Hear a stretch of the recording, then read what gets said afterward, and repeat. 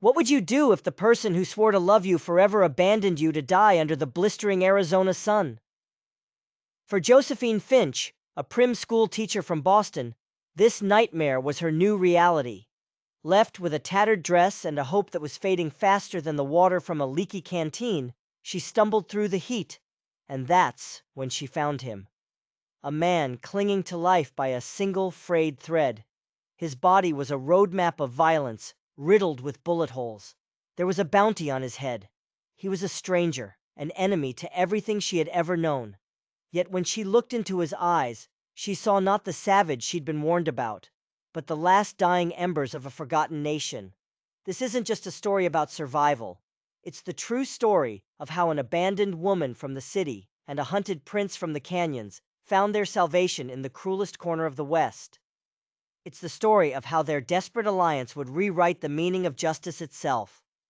The heat wasn't just weather, it was a monster. A physical presence that pressed down from a sky bleached white and rose in shimmering, hateful waves from the cracked earth. Josephine Finch had stopped sweating a day ago. Her body had nothing left to give. Her tongue was a dry, swollen thing in her mouth, and her lips were cracked and bleeding like the very ground she walked on. The only thing that burned hotter than the Arizona sun was the memory of Sterling Wakefield's face. His handsome features, the ones that had charmed her and her father back in Boston, had twisted into a mask of panicked selfishness. He'd unhitched the last canteen from her saddle, his voice a low, apologetic murmur that was more insulting than any shout could ever be. "It's better this way, Josie," he'd said, refusing to meet her eyes. "One of us has to make it to Redemption Gulch. I'll send back help. I swear it." He didn't swear it. He lied. She watched him ride away on their only horse, his silhouette shrinking against the vast, empty canvas of the territory. That was 2 days ago. Or maybe it was 3. Time had melted into a meaningless cycle of scorching daylight and cool, terrifying nights, filled with the skittering cries of things she couldn't see. Her elegant traveling dress, a fine wool garment she'd been so proud of, was now a tattered, sun-faded rag. Her dreams of a new life, of being the wife of a prosperous land surveyor, had turned to dust in her mouth. Sterling hadn't just stolen their water and their horse. He'd stolen her future. He'd left her here to be erased. She was following a dry wash, a desperate long shot that it might lead to a spring, or at least a pocket of shade among the skeletal mesquite trees and the towering saguaros that stood like silent, judgmental giants. Her foot caught. A loose rock sent her tumbling down, the impact jarring through her exhausted frame. She didn't have the strength to get up. This was it, she thought, with a strange, terrifying calm. This was the end. Her father, a Boston physician, had warned her. He'd spoken of the untamed dangers of the West. She'd dismissed it all, blinded by Sterling's silver-tongued promises. As her vision began to tunnel, a dark shape on the edge of her sight snagged her attention. It was huddled at the base of some rust-colored boulders, a place that offered the barest sliver of shade. A coyote, she thought, waiting for her to finally die. She squinted, forcing her eyes to focus. It wasn't an animal. It was a person. A primal fear, stronger than her exhaustion, jolted through her. She pushed herself onto her elbows, her heart hammering against her ribs like a trapped bird. She'd heard the stories of renegades and bandits who roamed these wastes, but as she crawled closer, driven by a morbid curiosity that was stronger than her terror, she saw the figure was no threat to her, or to anyone. He was a native man, lying face down in the dust. His back was a canvas of dried blood, the dark stains stark against his buckskin shirt, torn and riddled with holes. A single black feather was tied into his long hair, now matted with grime and blood. He was unnervingly still. She reached out a trembling hand, her fingers brushing against the sun-hot skin of his neck. A pulse. It was faint, thready, but it was there. Every instinct she had screamed at her to run, to save what little energy she had left for herself. He was dying. Trying to help him would be a fool's errand, a waste of her final moments. Besides, he was one of them. The people Sterling had described with such casual, venomous contempt. The savages who stood in the way of progress. But as she looked at his still form, She didn't see a savage. She saw a human being, brought as low as she was by the cruelty of this land. And she heard her father's voice in her head. Not the warning voice, but the teaching one, the one that had guided her hands as she learned to set a bone and stitch a wound. You never turn your back on suffering, Josephine, he'd always said. To preserve a life is the highest calling there is. Sterling had turned his back on her. She would not do the same. With a groan that was more determination than pain, she forced herself to her knees. She gently, carefully, rolled the man over. His face was stark and angular, all high cheekbones and a strong jaw, now slack in unconsciousness. A deep gash ran along his temple. His breathing was shallow, punctuated by a rattling sound that spoke of broken ribs and damaged lungs. 3 distinct bullet wounds marred his chest and side. It was a miracle he was breathing at all. Her own thirst was a raging fire, but a new purpose gave her a strength she hadn't known she possessed. She tore a long strip from the hem of her petticoat, the sound of ripping fabric and explosion in the profound silence. She had no water to clean his wounds, no medicine to stave off the infection she knew was already taking root. All she had was a sliver of shade and a stubborn refusal to let death claim them both without a fight. She pressed the makeshift bandage against the worst of the wounds, applying pressure. His body was lean and corded with muscle, but it was failing. He was burning with fever. As the sun began its slow descent, painting the sky in brutal strokes of orange and purple, Josephine Finch sat in the dust, her hand pressed against the chest of a dying stranger. A lone woman against the vast, unforgiving desert, holding back the tide of death with nothing but the tattered remnants of her petticoat and a sliver of inherited duty. The irony was a bitter taste in her mouth. Abandoned by the man who represented her civilized world, she was now the sole protector of a man her world deemed a barbarian. Then, as she held the bandage to his chest, his eyes, which she thought were closed in unconsciousness, suddenly snapped open. They weren't brown, but a deep, fathomless black that seemed to hold the darkness of the night sky. For a single, terrifying moment, they were lucid, focused on her face with a look of pure, primal hatred. His lips parted, and he whispered a single, chilling word in perfect English. Enemy. The word hung in the air, more dangerous than a loaded gun. Then his eyes rolled back in his head, and he was lost to the fever once more. Josephine's blood ran cold. He knew what she was, and he hated her for it. She was tending to a man who, if he had the strength, might kill her where she sat. For the next 48 hours, that thought was her constant companion in a waking nightmare of heat, thirst, and the man's delirious groans. She found a shallow overhang in a rock face, a recess that offered deeper, more consistent shade. She named it the sanctuary. Moving him there took the last of her reserves, an agonizing process of dragging him mere inches at a time, his dead weight a testament to the life that was threatening to flee his body. Her thirst had become a living creature inside her, clawing at her throat. She knew that without water, they were both dead men walking.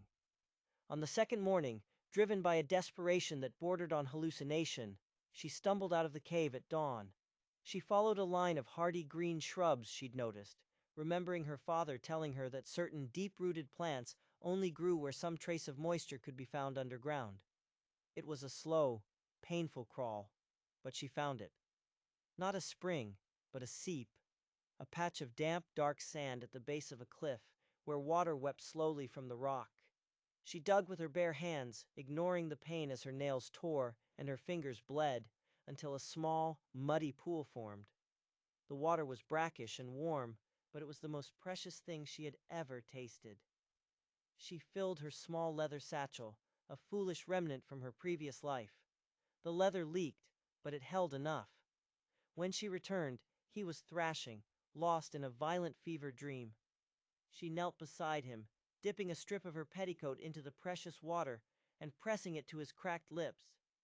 He drank greedily, then subsided into a low murmur, speaking in a language she didn't understand. The words were guttural and rhythmic, full of a pain that went deeper than his wounds. She spent the days cleaning his injuries with the muddy water. The infection was already a rampant, angry red around the bullet holes. Using a small penknife from her satchel, sterilizing the blade in the flame of a small fire she started with a flint Sterling had overlooked, she probed the wound in his side. The bullet was lodged just beneath the skin, caught against a rib. Her hands, which had once practiced fine embroidery, now became a surgeon's tools. Gritting her teeth, she worked the bullet free. The man screamed, a raw animal sound that echoed off the rock walls, and his eyes shot open again, locking on hers. Then he went limp, passed out from the pain. As she was cleaning the wound, her fingers brushed against something tucked inside his buckskin shirt. It wasn't a weapon. She carefully pulled it free. It was a folded, brittle piece of cured hide. As she unrolled it in the dim light of the cave, she saw strange markings painted on it with natural pigments. It was a map of mountains and rivers she didn't recognize, a map to somewhere. The map felt dangerous in her hands, a secret she had no right to. She tucked it away, her mind racing. Who was this man? What was he running from? Or running to? Days bled into one another. She foraged for bitter roots and painstakingly despined the fruit of a prickly pear cactus. She was a creature of the desert now, her skin tanned and scratched, her fine Boston sensibilities scoured away by the raw necessity of survival. She learned the rhythms of her patient. The fever was worst at midday and broke in a torrent of sweat just before dawn. A cool, damp cloth on his forehead could soothe his tormented thrashing. She began to see not just the wounds, but the man beneath them. His hands were calloused, but his fingers were long and elegant. Faded white scars crisscrossed his arms, telling stories of old battles. Around his neck on a leather thong was a pendant made from a piece of smooth orange stone, etched with a spiral symbol. It seemed to hold its own internal warmth. One afternoon, as she was changing his dressing, he spoke. Not the delirious rambling of his fever, but a single, clear word in English. "Water!" he rasped, his voice rough as gravel. Josephine startled, dropping the cloth. She scrambled for the water satchel, her heart pounding. She lifted his head, holding the bag to his lips. He drank, then coughed, and she gently lowered him back down. His eyes were open, and this time they were clear. The raw hatred was gone, replaced by a weary, profound exhaustion. He studied her face, his gaze taking in her torn dress, her sunburned skin, her matted hair. "Who?" he managed, the single word a great effort. "My name is Josephine Finch," she said softly. "I found you. You were shot." His gaze sharpened, a flicker of the warrior returning. He tried to sit up, his hand instinctively going to his side where a knife would have been. He found nothing. A wave of pain washed over him, and he fell back with a gasp. "Easy," Josephine cautioned. "You've been near death for days. The bullet is out, but the fever is still strong." He closed his eyes, a muscle working in his jaw. She could see betrayal and defeat warring on his stoic features. As he lay there, his gaze fell on her satchel, where a corner of the hide map was peeking out. His eyes turned to ice. He said nothing, but a new dangerous tension filled the cave. He was no longer just a body to be tended. He was a man with a secret, and he knew that she knew it. Over the next week, he began to heal. He started taking more water, then chewing the tough roots she brought him. They existed in a space of near silence, but a silent communication grew between them. She learned to read the tightening of his jaw as a sign of pain. He, in turn, watched her every move with an unnerving intensity. One evening, as the fire cast dancing shadows on the cave walls, he finally broke the silence. He pointed a shaky finger at the orange stone around his neck. "Sunstone," he said, his voice stronger now. "For my people, the people of the Sunstone." Josephine looked at the stone, then back at his face. "Your people? Where are they?" A shadow passed over his features, a grief so profound it seemed to steal the air from the cave. "Gone," he whispered. "Scattered. Hunted." He looked at her. his dark eyes seeming to pierce right through to her soul. My name is not my name. To you, I am stone. The name suited him. He was as hard and unyielding as the rock that surrounded them. I am Josephine, she repeated gently. He gave a slight, almost imperceptible nod. Josephine, he said, tasting the name. You fight like a trapped mountain cat. Why are you here? This is no place for a woman of your kind.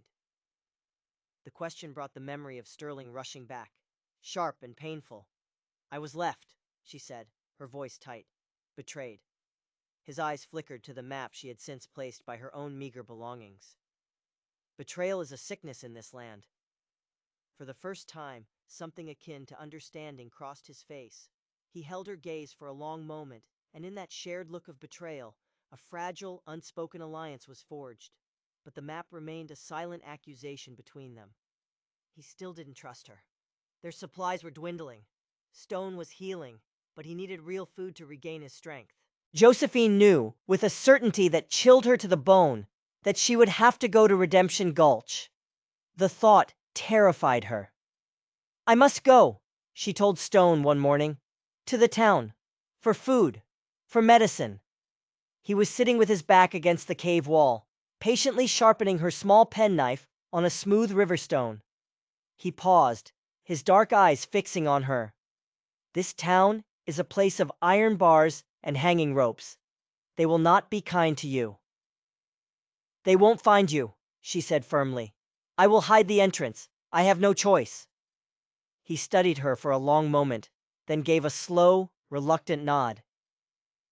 There is a weakness in these people, he said, his voice low. They see what they expect to see. A lone, frightened woman. They will not see the mountain cat inside. He handed her the newly sharpened knife. But a cat must have claws. As she was preparing to leave, he stopped her. There is a trader in the town, he said slowly, choosing his words with care. An old man named Peterson. He deals in curiosities. He took a piece of charcoal and drew a symbol on a flat rock, a circle with a jagged line, like a lightning bolt through it. Do not show him this, Stone warned, his voice grim, and do not speak to him. The man deals in secrets and lives. He cannot be trusted. Find what you need and return. Avoid him at all costs. The journey to Redemption Gulch was a grueling, day-long trek under the relentless sun. The town was a collection of ugly, unpainted wooden buildings squatting in the dust, a scar on the face of the landscape.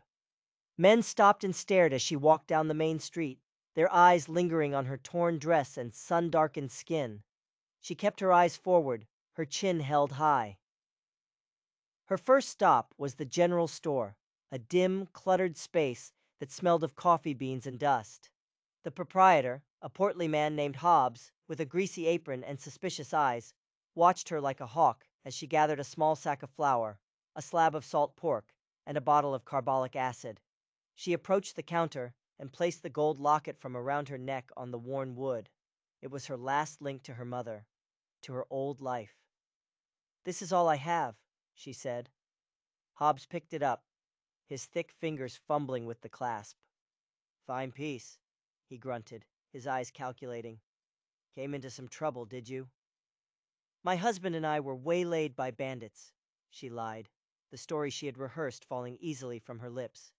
He went on to Fort Grant for help. Hobbs grunted again, seeming to accept the tale. He pushed the supplies toward her, pocketing the locket. As she turned to leave, her eyes fell upon a notice nailed to the wall. It was a wanted poster. Her blood ran cold. The sketch was crude, but the high cheekbones, the strong jaw, the intense eyes, it was unmistakably Stone. Wanted, the poster read. $500 reward, dead or alive, for murder and depredation. Apache war chief known as Ghost of the Canyons. $500, Hobbs said, noticing her gaze. Big bounty. Sheriff Brody and his boys have been scouring the hills for him for a month. Word is a posse of bounty men caught up to them last week over by Black Creek. Shot most of them to pieces. Led by a tracker named Cortland and some new guide from back east. Josephine felt a wave of dizziness. Ghost of the Canyons. A war chief. The weight of the secret she was keeping settled upon her, heavy and terrifying. She forced a nod. "Let's hope they got him," she said, the words tasting like ash. She fled the store, her heart hammering. As she hurried down a dusty alleyway, a voice from the saloon's doorway made her freeze. "Well, I'll be damned. I thought the coyotes would have picked your bones clean by now." She turned slowly, her blood turning to ice. Leaning against the saloon doors, a smug, cruel smile on his handsome face, was Sterling Wakefield. Seeing Sterling was like being plunged into ice water. He looked prosperous, his clothes clean, his face shaven. He had not suffered in the slightest. "Josephine," he said, pushing himself off the doorframe. He had the gall to look pleased with himself. "I knew you were resourceful. I was just gathering resources to come back for you. I swear." "You left me to die," she said, her voice low and trembling with rage. "You are gathering resources in a saloon." "You should be grateful," he said, his eyes hardening. "I'm a forgiving man. We can put this behind us." "We can do nothing," she interrupted. "You are a coward and a liar, Sterling Wakefield. Stay away from me." She turned to leave, but he grabbed her arm, his grip surprisingly strong. "Don't you walk away from me, Josephine. You have nothing. You need me." "Let go of me," she hissed, trying to wrench her arm free. Just then, two men emerged from the saloon. One was a tall, imposing figure with a silver star pinned to his vest, Sheriff Brawdy. The other man was leaner, with cold, reptilian eyes and a scar that cut through his left eyebrow. This, she knew with a sickening certainty, was Cortland, the bounty hunter. "Everything all right here, Wakefield?" the sheriff asked, his voice a low drawl. Sterling immediately released her. "Just a small misunderstanding, Sheriff. This is Miss Finch, my former fiancée, a little overwrought from her journey." Cortland's cold eyes swept over Josephine. "Looks like she's been sleeping in a ditch," he smirked. "You have rough taste in women, Wakefield." Josephine's face burned with humiliation, but she held her tongue. She could not afford to draw any more attention to herself. "Miss Finch," Sheriff Brawdy said, his gaze more discerning. "This man troubling you?" She had a choice. Expose Sterling for the monster he was, and become a town spectacle, a problem. Or lie and escape. Scrutiny was the last thing she needed. "No, Sheriff," she said, forcing a calm she did not feel. "A misunderstanding. The heat has made me irritable." Brawdy grunted, unconvinced but unwilling to press the matter. He gave Sterling a final hard look before moving down the street. Cortland, however, lingered. He looked from Sterling to Josephine, his smirk widening. "So, you're the one he was with. He told everyone his partner died on the trail." He leaned in closer, his voice a conspiratorial whisper.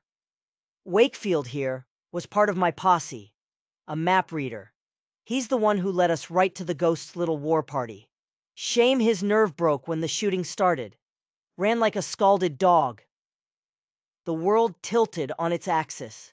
Sterling hadn't just been in the area. He hadn't just abandoned her. He had led the bounty hunters to Stone. He was complicit in the slaughter of Stone's people. This was the ultimate betrayal. She looked at Sterling, his face pale and sweating, and saw nothing but a hollow shell of a man, rotten to the core. Without another word, she turned and walked away. Every step she took was filled with a new, terrifying urgency. She had to get back to the cave. She had to warn him. But her mind was reeling. Stone had warned her against Peterson, the traitor. But what choice did she have? She needed more medicine, real food. And now, she needed information. She had to take the risk. She found the trader's shop at the edge of town. A dusty, cluttered shack filled with furs and native pottery. An old man with a long white beard and startlingly blue eyes looked up from mending a saddle. "Help you?" he asked. Her throat was tight. She remembered Stone's warning, but she also remembered the symbol he'd drawn. It was a test. He had told her not to trust Peterson, but also gave her the key. He was testing her judgment. Taking a deep breath, she walked to the counter. She took a piece of charcoal from a bucket by the cold stove and drew the symbol on the dusty wood. The old man's eyes widened almost imperceptibly. He stared at the symbol, Then his gaze shot to her face, sharp and penetrating. He glanced around the empty shop, then leaned forward. "Where did you see this?" he whispered, his voice urgent. "A man sent me," she whispered back. "He is hurt badly, hiding in the hills." Peterson's face was a mask of conflict. "The son of burning sky," he murmured. "They said he was dead." He looked at her again. "Burning sky saved my life in a flash flood 30 years ago, pulled me from the water when my own partners left me to drown. A debt is a debt." He moved quickly, grabbing a heavy canvas sack and filling it with jerky medicinal herbs and bandages. "This is all I can do," he said, pushing the bag towards her. "The town is crawling with bounty hunters. Cortland is a venomous snake. If he learns the chief is alive, he will tear these hills apart to find him." He gave her a message. "Tell the son of burning sky that the debt is paid, but also tell him the hawk circles a new nest." It was a cryptic warning. As she turned to leave, her heart lighter with relief, she glanced out the grimy back window of the shop. Her blood froze. Peterson wasn't alone. As soon as she had turned her back, he had slipped out the back door. He was standing there now, talking to a shadowy figure, half hidden by a rain barrel. It was Cortland. Peterson was playing both sides. The debt was a lie. This was a trap. She fled into the alley, her mind screaming. The supplies in her hand felt like a betrayal. Peterson wasn't an ally, he was an informant.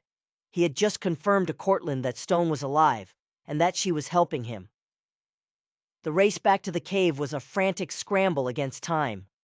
She didn't stop to rest, her mind consumed with the image of Peterson's duplicitous face and Cortland's cold, reptilian eyes.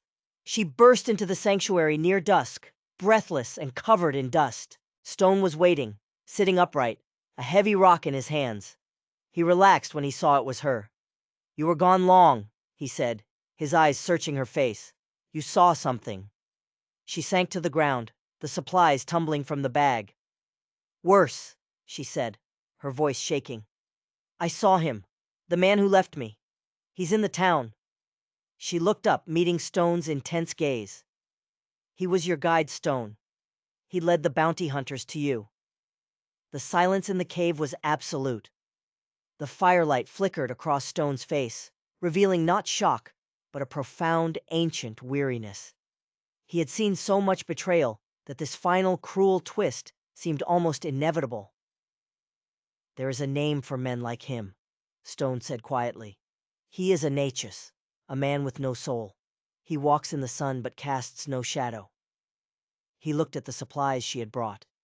"Peterson," he said, and it wasn't a question. "He gave you these, and he gave you to Cortland." Josephine nodded, ashamed. "I'm sorry, I thought—" "You thought you could trust him. The white man's debts are written in sand, Josephine Finch."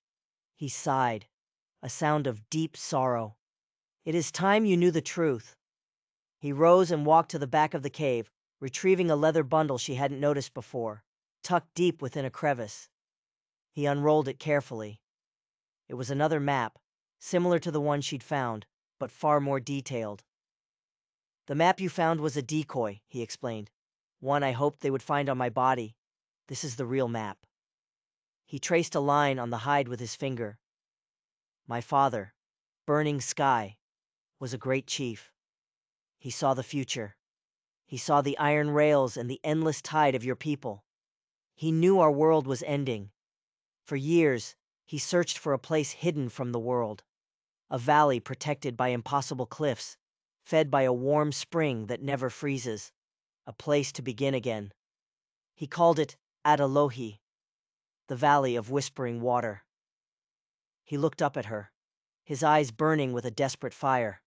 "He found it. But he died before he could lead our people there. The duty fell to me. The 30 warriors who rode with me were not a war party. They were fathers and sons, the last of the Sunstone people, trying to reach a new home." His voice broke. "We were betrayed, not just by your Sterling, but by one of our own. My cousin Tashin was captured by Cortland's men. Peterson promised him freedom and whiskey if he led them to us. Tashin showed them the decoy map, and he led them into our camp. The full weight of the secret finally descended upon her. He wasn't just a fugitive. He was a leader, a shepherd for a lost flock, betrayed by his own blood. "Why are you telling me this?" she asked, her voice a whisper. "Because you have earned the truth," he said. "And because if I fall, the dream of Whispering Water dies with me. The map is useless without the knowledge of how to read the final passage, a series of caves that are not on the map. The secret is in my mind alone." She looked from the map to his face, and in that moment she made a choice. To abandon him now would be a betrayal on par with Sterling's. "You said it yourself, Stone," she said, her voice clear and steady. "I have the heart of a warrior, and warriors do not abandon their chiefs." A slow smile touched Stone's lips, the first genuine smile she had ever seen. "I knew there was a mountain cat inside you, Josephine Finch." The sanctuary was no longer safe. It was a trap. They knew the hunters were coming. Stone's leg, where a bullet had damaged the bone, was still too weak for a long journey. They had to make a stand. A new dynamic formed between them. They were no longer patient and nurse. They were partners in war. He began to teach her, showing her how to read the subtle signs of the desert, how a disturbed pebble could indicate a man's passing. She, in turn, told him of her world, of science and books and chemistry. An idea began to form in her mind, a wild and dangerous gamble born of a Boston education and a desert desperation. She thought of a passage in one of her father's old textbooks about the volatile nature of fine, dry dust when mixed with flammable substances. She looked at the pouches of oily, resinous herbs Peterson had given them, and at the fine, powdery dust that covered the floor of the cave. "My father," she said, a new resolve in her voice, "taught me how to make things burn." Stone watched her, a new respect dawning in his eyes. "The mountain cat shows her claws," he murmured. "Tell me more about this." Boston fire. Their time was running out. They could feel it. One afternoon, Stone, keeping watch, went instantly still. He had been checking the area around the seep, their only source of water. He returned to the cave, his face grim. He held up 2 fingers, then added 2 more. "Tracks," he said, his voice low and urgent. "4 riders. They are hunting in pairs. They know we are here." It was happening. Cortland had come back, and he wasn't alone. He had brought Peterson. He had brought the traitor, Tashun. And, Stone said, his eyes filled with a dark understanding. The 4th set of tracks was hesitant, clumsy. It was the man with no soul. Cortland had brought Sterling back to the scene of his betrayal. The waiting was the worst part. For 3 days, they lived on a razor's edge, preparing for a battle they knew was inevitable. Josephine worked with a grim focus, grinding a sulfurous yellow rock she found near the seep into a fine powder. She mixed it with the driest, most flammable herbs from Peterson's bag and charcoal dust from their fire pit. The resulting mixture was a volatile, dark gray powder. A crude, unstable concoction, but she knew it would be highly flammable, igniting like gunpowder when dispersed as a fine dust cloud. Stone fortified their position. He braced loose rocks above the narrow path leading to their cave, creating a small, precarious rock slide that could be triggered by cutting a single rope of plaited yucca fiber. He also cleared a secondary escape route, a narrow chimney-like fissure at the back of the cave, barely wide enough to squeeze through, that led to a ledge high on the cliff face. It was a dangerous climb, but it was a chance. The attack came at dawn on the 4th day. A hawk's sharp cry was their first warning. "They are here," Stone whispered. He peered through a crack in the rocks. "They have split up. Cortland and my cousin Tashun are coming up the main path. The traitor and the soulless one are circling around. They are trying to find a back way in." Josephine's heart went cold. They were heading right for the secret escape route. They were being caught in a pincer. There was no time to think. They took their positions. Stone flattened himself in an alcove just inside the cave entrance, a heavy, sharp-edged rock in his hands. Josephine crouched near the yucca rope that held the rock slide in place, her homemade powder bombs at her side. The crunch of boots on the gravel path was terrifyingly loud. Cortland and Tashun were moving up the narrow path. The moment they passed beneath the balanced rocks, Josephine sliced the yucca rope with her knife. The sound was a deafening roar as tons of rock and gravel cascaded down, completely blocking the path. Cortland and Tashun spun around, cursing as dust rained down. They were trapped. "Come on out, Ghost!" Cortland bellowed, firing his rifle blindly into the darkness of the cave. "Nowhere left to run!" That was Stone's cue.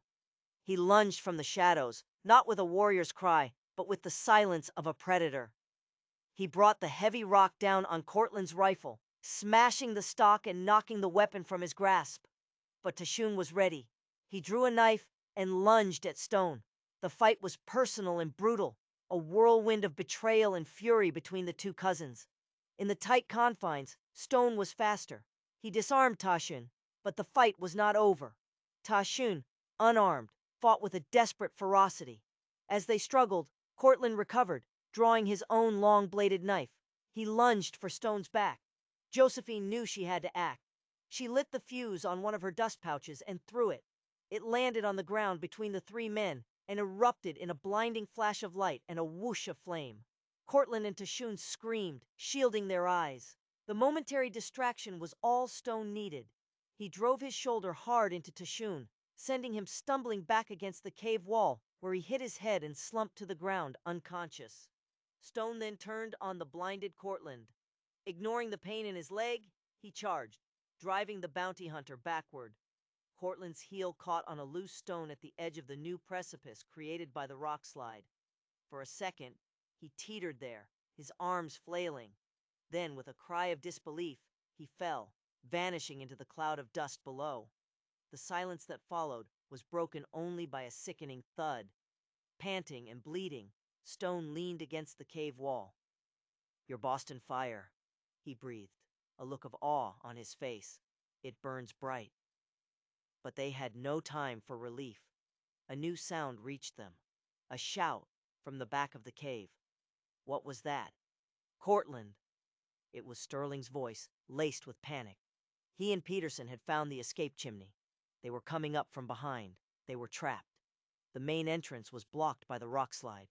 Their only escape route was now the point of attack. Stone was wounded, his arm bleeding freely from a cut he'd taken in the fight. He pushed himself upright, grabbing a rock, but he was swaying on his feet. Josephine knew it was up to her. She grabbed the last of her powder bombs and scrambled to the back of the cave, to the narrow opening of the fissure. She could see them now. Peterson was in the lead, a pistol in his hand, his face grim. Behind him, looking terrified, was Sterling. "The debt is paid, Ghost!" Peterson yelled, his voice echoing in the small space. He was here to finish the job and get the map for himself. He raised his pistol. Josephine's mind raced. The bomb was her only weapon, but in this enclosed space, it was just as likely to kill her and Stone as it was to stop Peterson. She looked at Sterling's pale, terrified face. He was a coward, a traitor, a man with no soul. But right now, he was also a cornered animal, and cornered animals were unpredictable. She made a choice. "Sterling!" she screamed, her voice ringing off the rocks. "Cortland is dead! The bounty is gone! There's no money left!" Peterson glanced back at Sterling, his concentration broken for a fraction of a second. That was all she needed. She didn't throw the bomb. Instead, she threw the heavy canvas sack of supplies she'd bought in town. It hit Peterson square in the chest, knocking him off balance. "Now, Sterling!" she screamed. "Your only way out is through him." For one moment, Sterling hesitated, caught between his fear of Peterson and his terror of being left behind. Then, in a single explosive act of pure panicked self-preservation, he lunged forward, tackling Peterson around the waist. The gun went off, the shot going wild and ricocheting off the ceiling. The two men, locked in a desperate struggle, tumbled backward into the narrow chimney. Their screams echoed up to Josephine, then faded into a sickening silence. They were alone, broken, bleeding, but alive. The victory was fleeting. The sanctuary was compromised. Their only escape was the agonizing climb down the fissure and across the high mesas. For 2 days they traveled, Stone leaning heavily on Josephine, every step a torment. Finally, they reached the open plains, but they were at the end of their strength. In the distance, a lone rider appeared, heading directly for them. There was nowhere left to run. It was Sheriff Brodie. He rode up and stopped, his face grim. In his hand, he held the crumpled wanted poster. Wakefield came back to town, he said, his voice flat. Told a wild tale about rock slides and flash fires. Found Cortland's body at the bottom of the cliff. Found the traitor in Wakefield at the bottom of a fissure not too far away. He looked from Josephine's defiant face to Stone's wounded but unbroken pride. Josephine stood her ground. Her voice, clear and strong, rang out in the desert silence. She told him everything. She told him of Sterling's cowardice, of Cortland's bloodthirsty hunt, of Peterson's betrayal. She told him they were not murderers, but survivors. Stone then spoke, not as a fugitive, but as a leader trying to save his people. He told Brodie of their desperate search for Adalohi, a mission of peace and survival, not of raiding. The sheriff listened, his weathered face unreadable. He had seen Cortland's body. He had seen the pure animal terror in Wakefield's eyes when he'd staggered back to town. He knew the story he'd been told by the bounty hunters was a lie. He looked from the fierce woman who spoke like a lawyer to the wounded chief who stood with the dignity of a king, and he made a choice. "The way I see it," Brodie said slowly, his voice a low drawl. "Cortland and his partners died in an accidental rock slide while illegally hunting on Apache land." He looked at the wanted poster in his hand, at the face of the ghost of the canyons. "And this man? He died in that ambush last week. I wrote the report myself." He crumpled the wanted poster in his fist and let it drop to the dust. "I never saw you, either of you." With that, he wheeled his horse around and rode away, a solitary figure of justice in a lawless land. They were free. In the profound silence that followed, Josephine knew her old life was well and truly gone. She felt no regret. "Sterling was wrong," she said softly to Stone. "This is my place, with you." Stone looked at her, a deep understanding in his eyes. He reached up and took the sunstone pendant from around his neck, pressing its warmth into her hand. "Then come, Josephine Finch," he said, a true smile finally reaching his face. "Let us go home." Together, they turned toward the triple-peaked mountain on the horizon, walking into their future. The story of Josephine Finch and the last Apache prince isn't just a legend whispered around campfires. It's a testament to the unexpected bonds forged in the crucible of the American West. It's a story about how decency can be found in the most unlikely of places, and how true savagery often wears a civilized mask. What became of them? Did they find their hidden valley? Did the people of the Sunstone rise again from the ashes of their past? Some stories are not meant to have a final chapter. Their endings are carried on the wind, leaving us to wonder about the power of hope against impossible odds. If this incredible story of survival, betrayal, and redemption moved you, please give this video a thumbs up to help us share it with more people. Don't forget to hit that share button to let your friends discover this hidden piece of history. And most importantly, subscribe to our channel and ring the bell so you never miss another untold story from the annals of the Wild West. Thank you for listening.